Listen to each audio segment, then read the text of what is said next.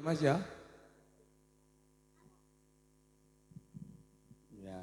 Iki mang Kusuma apa mau syutingnya? Hah? Kusuma Nada. Kusuma Nada, kowe nyanyi lagune? Kusuma Wijaya. Oh, aduh. Iya tak gathok-gathok ning ngono lho Mas. Gambaran iki to Mas Pancake aja digambar Mas. Duh. Jan sampean iki senengane mesti ngono kuwi. Kalian Angrantu mbok pilih mangke wonten permintaan tembang lagu saking para Beto Sinoman monggo langsung konfirmasi kalian Mas MC ingkang ganteng ngidap-ngidapi. Masih bersama Buku Bima Roso Anis.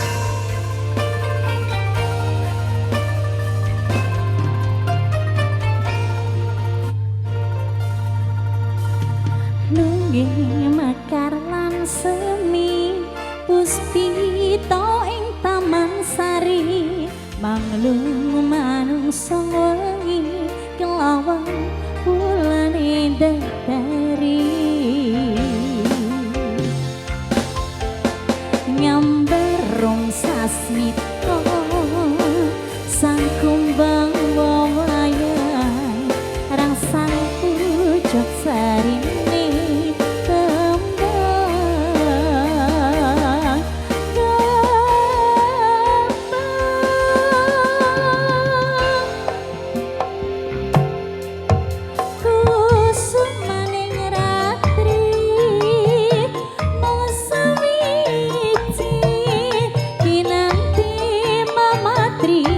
sajroning ati kang suci lintang-lintang panjerono antariksa amimbawi ayu sangarino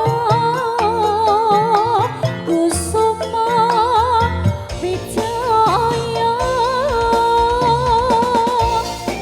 Tanjung Laras.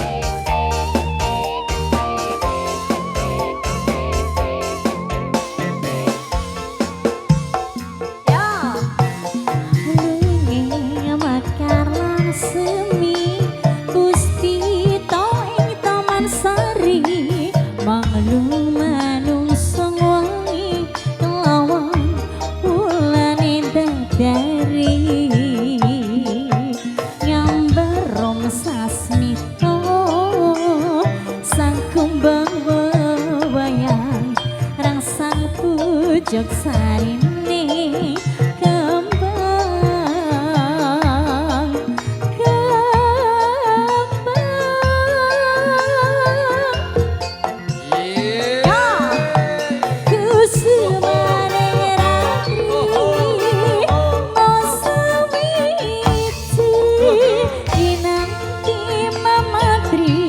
sajroning ati kang suci lintang-lintang panjerono antariksa amimbawi ayu sang rina kusuma wijaya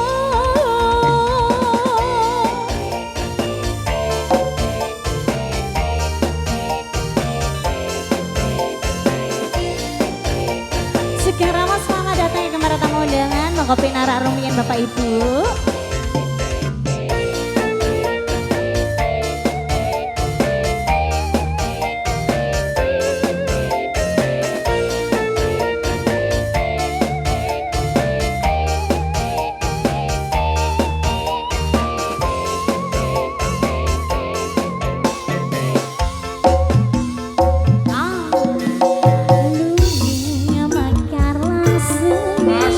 Puspita ing taman